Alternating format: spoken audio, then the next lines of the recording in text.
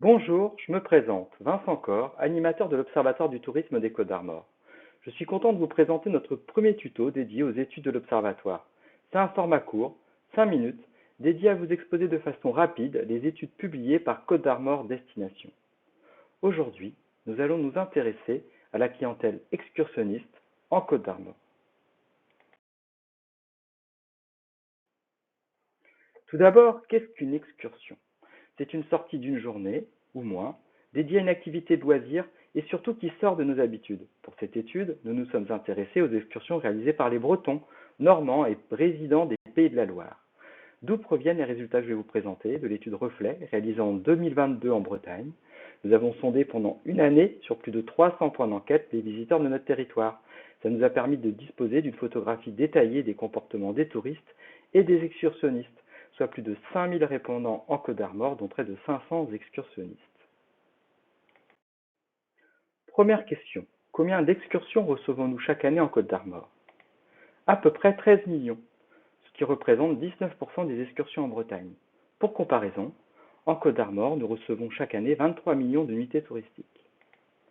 Deuxième question, à quel moment sont réalisées les excursions?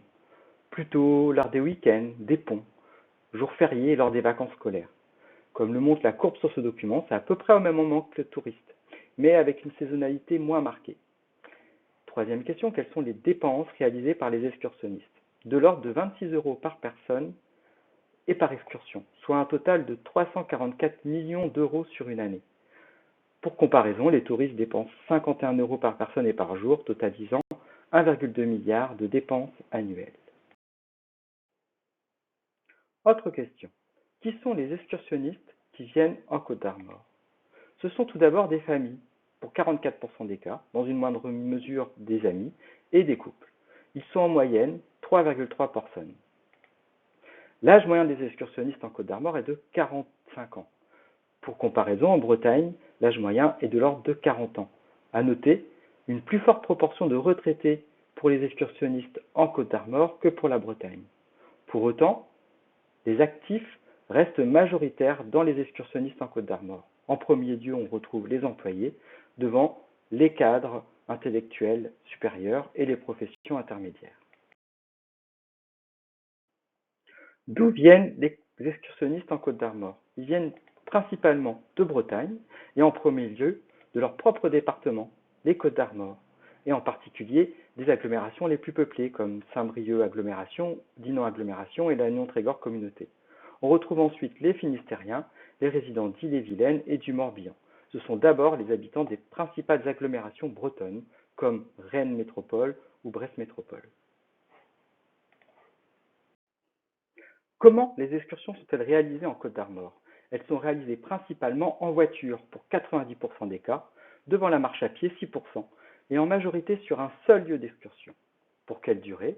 Pour des excursions d'une demi-journée pour 41% des cas. Combien de temps en avance? Un tiers des excursions sont décidées le jour même et 40% moins d'une semaine en avance. Elles sont déclenchées par l'envie de sortir de chez soi et une météo favorable est déterminante. Quelles activités sont pratiquées? Lors d'une excursion, 3 activités sont pratiquées en moyenne. On retrouve d'abord la promenade à pied, juste devant un repas au restaurant. D'autres activités sont pratiquées par un quart des excursionnistes, comme la visite d'espaces naturels, d'un marché, d'un monument, ou la pause dans un café ou un bar. La randonnée pédestre est pratiquée par 10% et le vélo 5%. Les itinéraires les plus fréquentés sont le GR34 et le canal de Nantes à Brest. Les excursionnistes sont-ils satisfaits de leur excursion?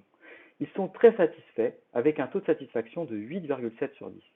Les critères les mieux notés sont l'accueil des locaux, la propreté, le patrimoine, les activités, la facilité des déplacements et la préservation de l'environnement. Certains critères sont moins bien notés, à l'image du nombre de visiteurs ou des activités nautiques ou le shopping.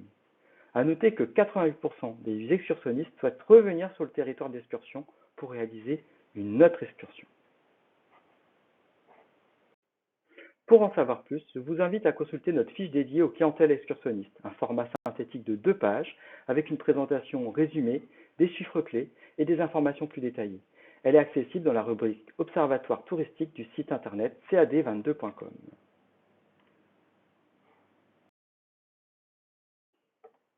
Merci pour votre attention et à bientôt pour une nouvelle vidéo de l'Observatoire.